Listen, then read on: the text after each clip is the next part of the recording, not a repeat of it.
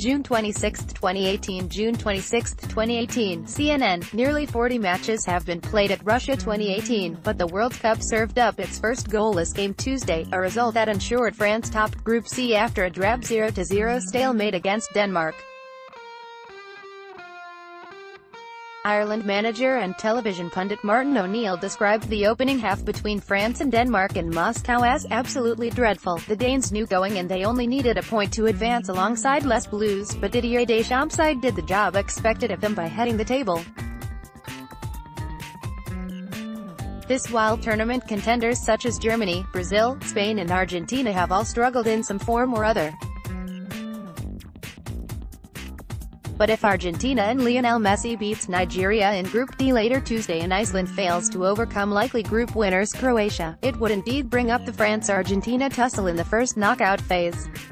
And given the individual brilliance of Messi, a turnaround wouldn't be discounted even if Argentina currently looks in disarray. Special win for Peru. Peru were already eliminated prior to the final group stage matches but finished third in Group C with a 2-0 victory over Australia in Sochi in a battle of the last two teams to qualify for Russia. Peru last tasted World Cup success at the 1978 World Cup. Australia had hopes of progressing to the knockout stages prior to kickoff but were undone early and will leave Russia with a single point. André Carrillo netted Peru's first World Cup goal in 36 years with a stunning volley in the first half when set up by Paulo Guerrero before Captain Guerrero doubled the advantage early in the second.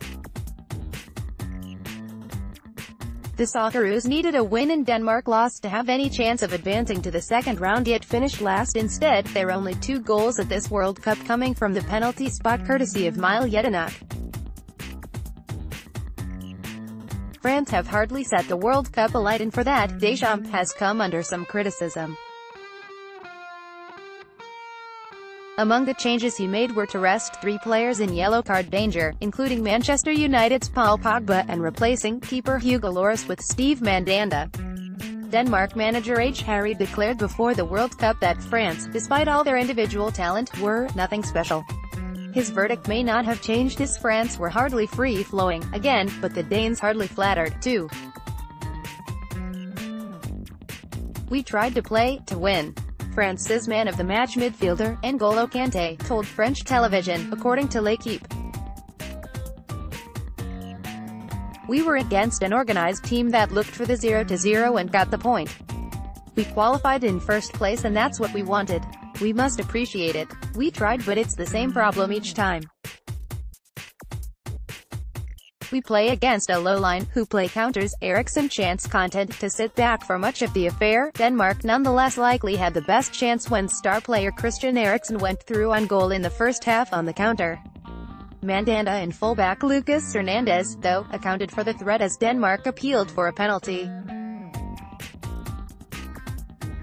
We just needed a point and we're up against one of the best counter-attacking teams in the world, so we would have been stupid to come out and attack," Harry told reporters after Denmark made the second round for the first time since 2002. "We are very pleased with the 0-0.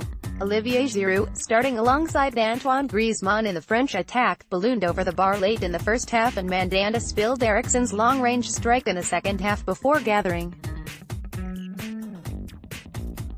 Around 45,000 fans from Peru made the long trip to Russia to support their side.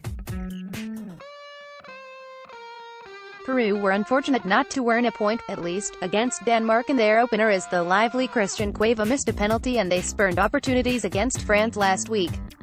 But the supporters were at least able to celebrate one win to back up their entertaining play. The team that has ended up with 3 points, Peru, probably played the best in the group, according to Harried.